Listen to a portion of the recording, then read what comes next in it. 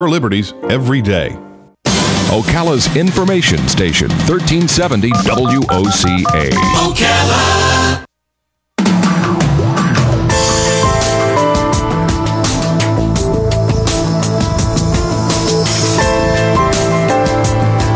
All right, 25 minutes before 10 o'clock. Thank you for tuning in this Monday morning.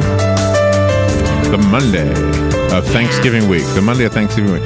You know, there was something I was thinking about. We went to a meeting for a nonprofit that we were helping out. Mm-hmm. And I remember, going to it, and I'm not going to tell you who it was for, because we do so many of these things. Yes, we do.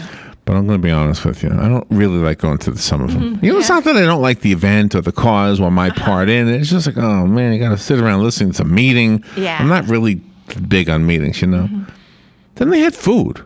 They had like a buffet set out, a little thing, but it was still food. Yeah, right. And I was like, wow, this makes it good. You mean I can go get a plate of food and bring it over and then we'll talk? Yeah, sure, go ahead, go help yourself.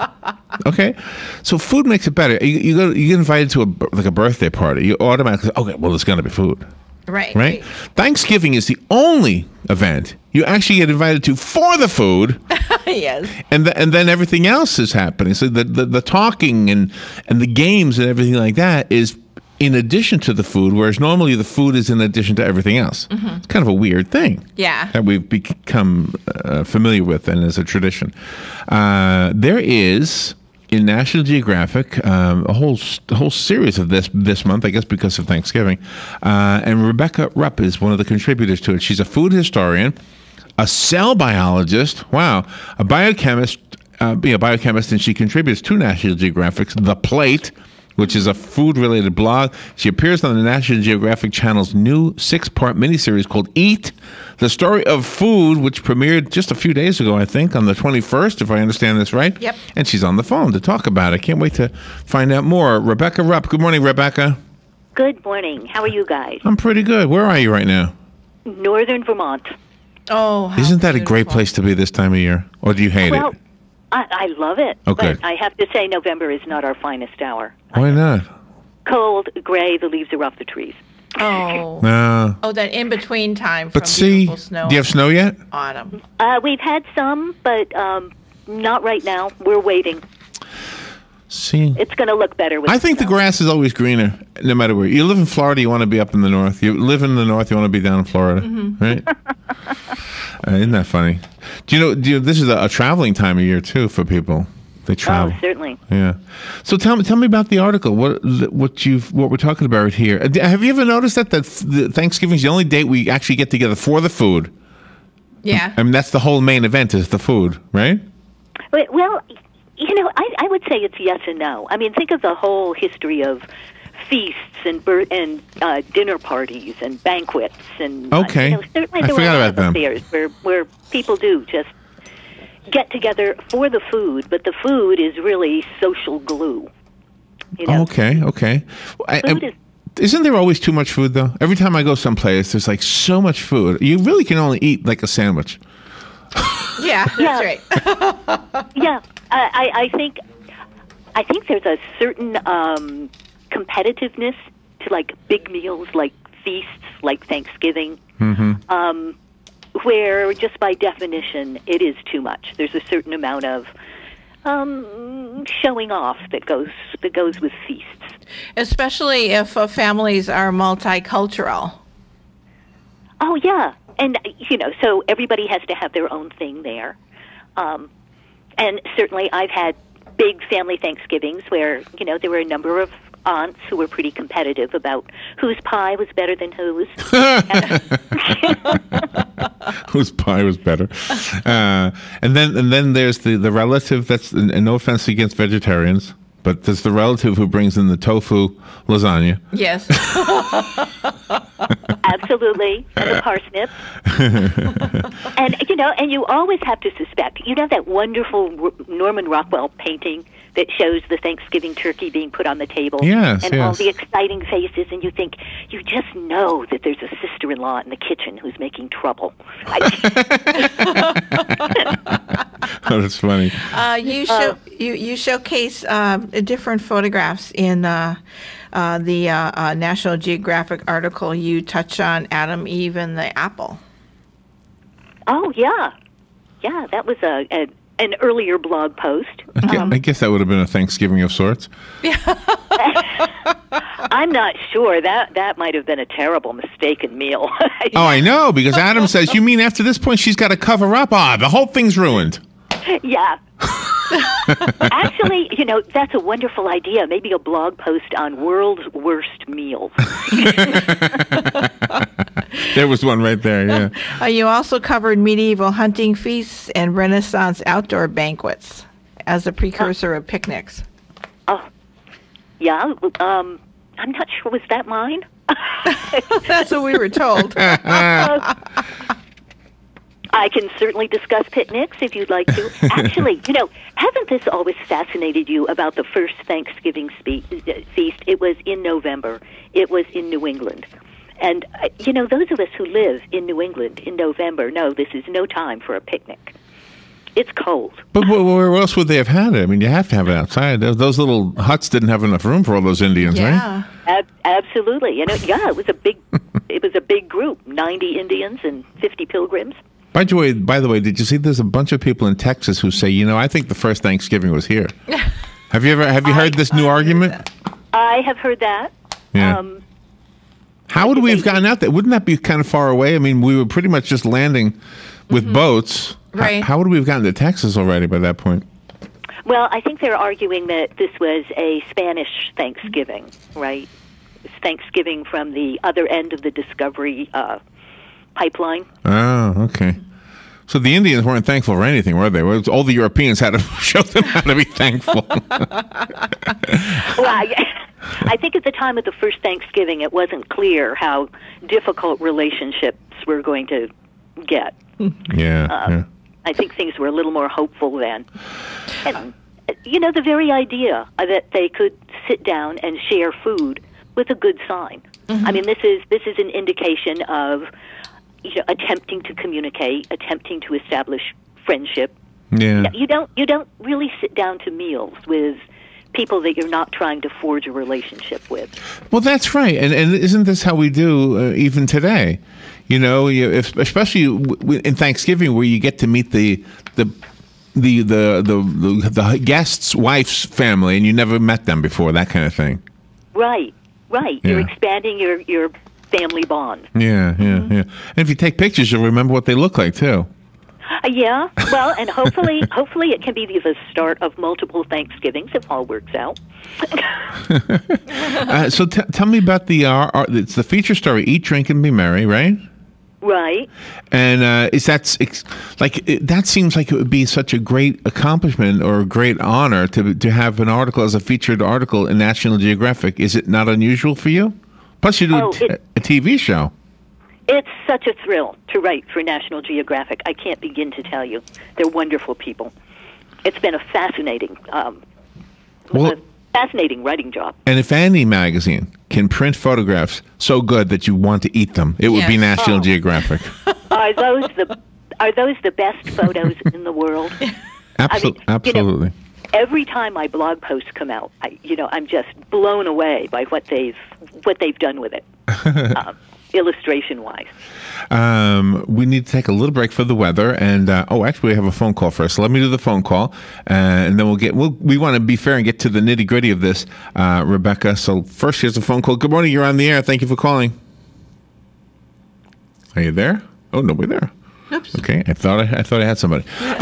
We'll be right back after the weather and a couple of commercials. Rebecca Rupp is our guest. She's a food historian. There's so much we could ask her. We're kind of goofing around here. Good thing we got another 15 minutes. That's right. We'll be right back to hear what she's got to say and her work as a cell biologist. My goodness, Rob, we could be picking her brain on so many things. Yeah. We'll be right back. This is The Source, WOCA. The weather is brought to you by myfwc.com. Safe boating is no accident. It'll be mostly sunny today, very warm and humid with a high of 84 to 88. Mostly cloudy and muggy tonight with a shower around, lows in the upper 60s. For tomorrow, mostly cloudy with some showers and heavier thunderstorms around, highs in the 70s to near 80. And for Wednesday, mostly cloudy, breezy and cooler with some rain and a thunderstorm in the morning, then just an afternoon shower, highs generally in the 60s. From the Florida Weather Center, I'm meteorologist Joe Lundberg.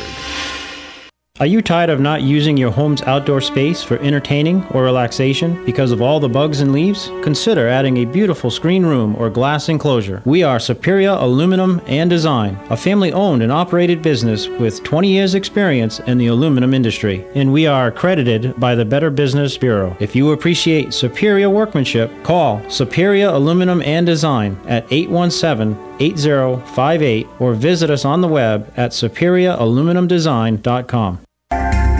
Hi, this is JP from Penn Flooring here in Ocala. I would like to invite you to come in and visit our spacious showroom where we have solutions for every style and budget. From wall-to-wall carpet to hardwood floors and tiles, we have an unsurpassed selection of flooring. At Penn Flooring, we've provided quality customer service with a family touch for over 25 years. Visit our website at pennflooring.com or come by our showroom, 1201 Southwest 17th Street, just over the bridge. Penn Flooring, quality customer service with a family touch. You spend the season making the holidays brighter for everyone on your list. This year, how about doing the same for yourself? Let Pak Mail take care of all your holiday packing and shipping so you can enjoy a little peace and joy too. Just one stop packs up and ships all of your holiday joy to the world, delivered on time and intact. How's that for wrapping up your holiday hassles? Stop by Pak Mail today in the Churchill Square on 17th Street and save 15% on your shipping when you mention WOCA, excluding USPS. All right, 14 minutes before 10 o'clock. Thank you for tuning in. Rebecca Rupp is on the phone up in Vermont. Yeah. It's a beautiful state.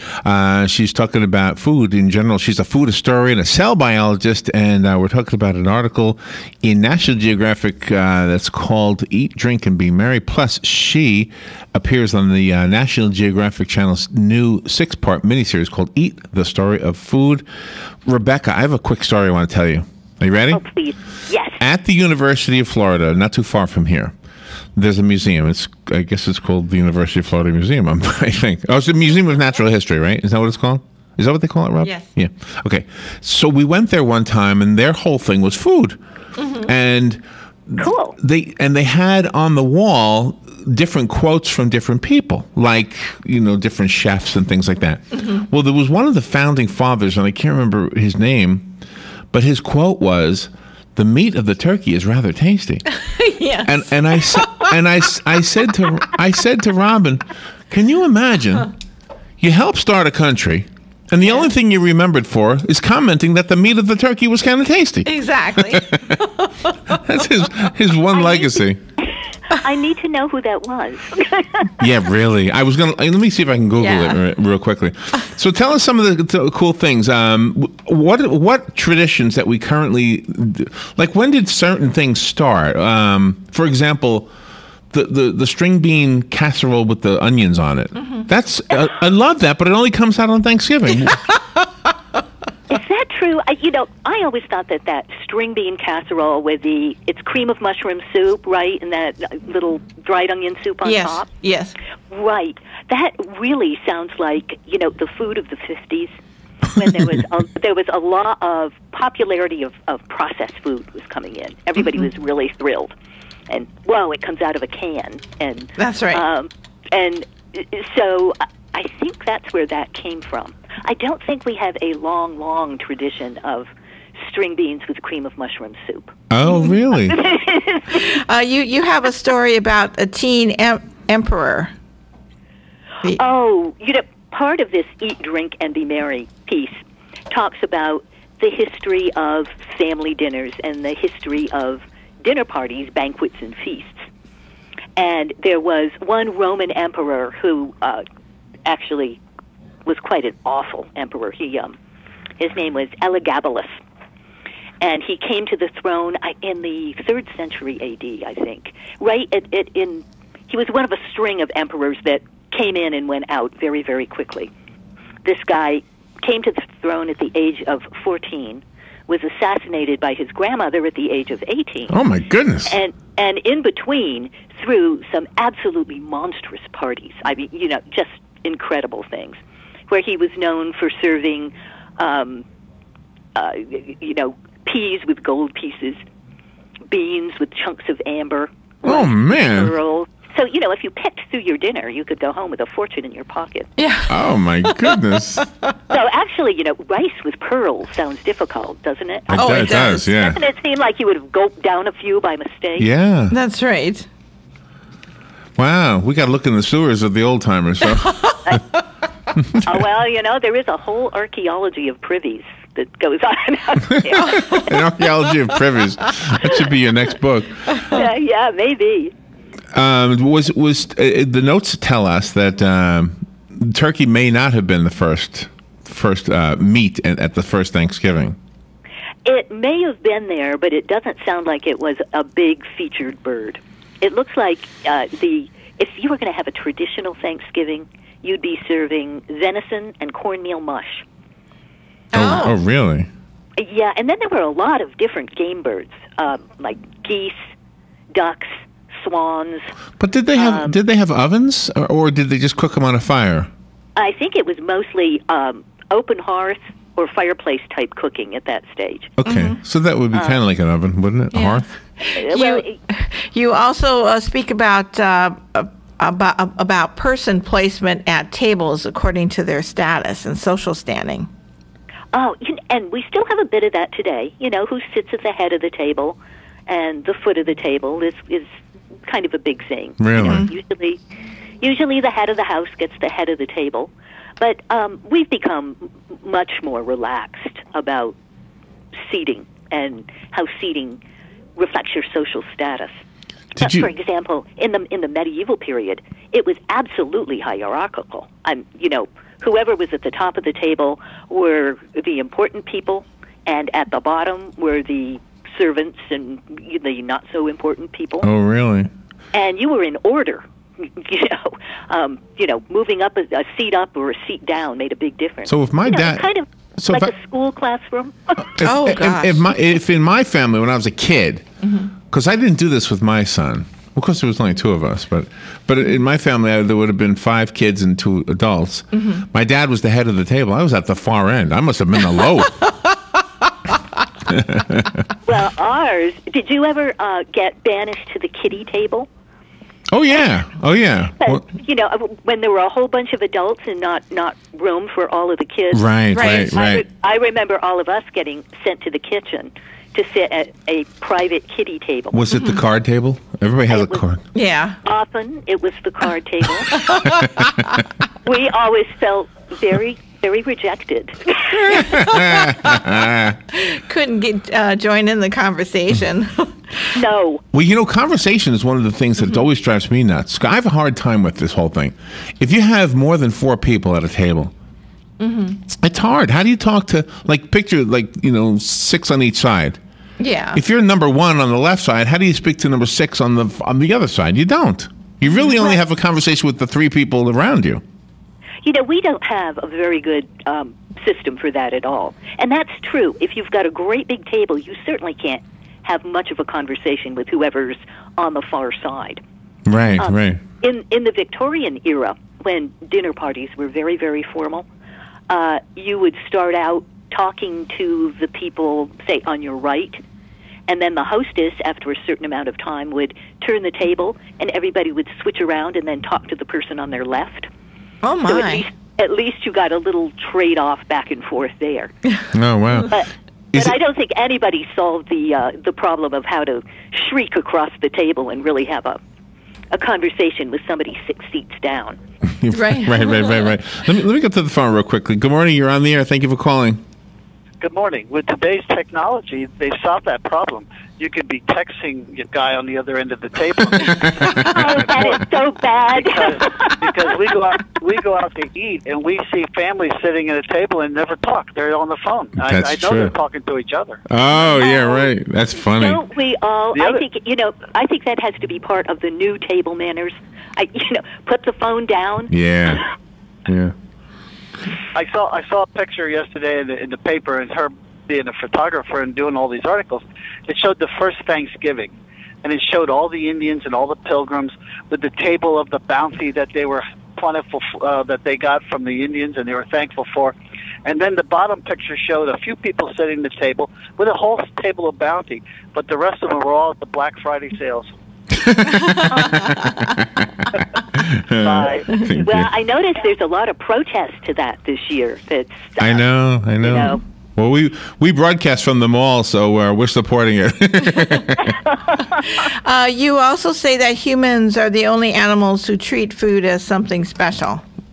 Yes, we are. It makes us incredibly unusual that we're the only animals that sit down and share a meal and treat food as though it had a symbolism and an importance beyond just, chowing down and getting. Good point. Yeah. I mean, my dog loves food, but you're right. She doesn't care.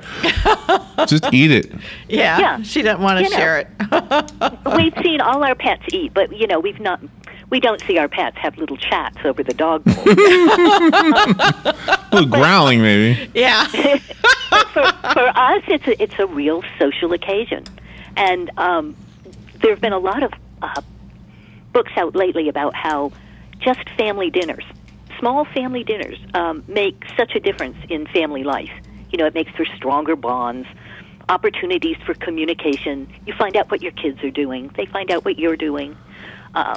It's a venue for transmitting values and traditions and teaching table manners. I do have one question I'm curious about. Historically, how did this happen? If I go to the spice section of the grocery store, there's 100 spices or more. Mm-hmm. How did salt and pepper become the king and queen? How come those are the only two on the table?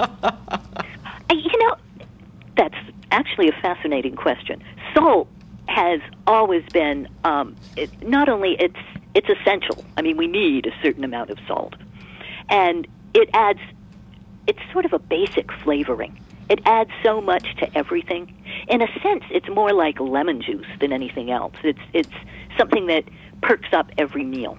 Okay. It's why we tend to overuse it. I know, I do. Pepper has this fabulous history. Black pepper. Uh-huh. Black pepper was really what Columbus was on the lookout for when he was sailing toward America and mistakenly discovering a continent between him and India. He wanted a source of black pepper. Black pepper through the Middle Ages was worth its weight in gold. If you were a serf, you could buy your freedom with a pound of pepper. Wow. Gosh. Wow. Pepper was just craved. Mm-hmm. So maybe But isn't what's the most expensive? This is a trivia question comes up. What's the most expensive spice? And I can't remember what it is now. saffron. Saffron, yeah. Is certainly right up there. Yeah. And I hardly ever use it. What does it taste like, saffron? Do I know?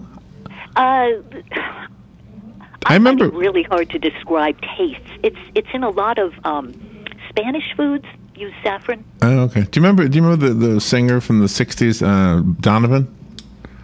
Yes. In his song, he said, "I'm just mad about saffron." He must have liked it a lot. Actually, I had a friend named Saffron in high school. Oh, maybe that's who he was mad about. I wonder.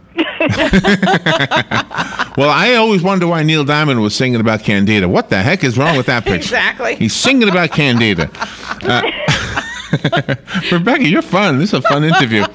Was there ever a name to the quote? Did we have one? Oh, I found the name, but I'm not so sure it's the one that we saw. Oh, okay. It was... was it the Sir somebody? I did find it.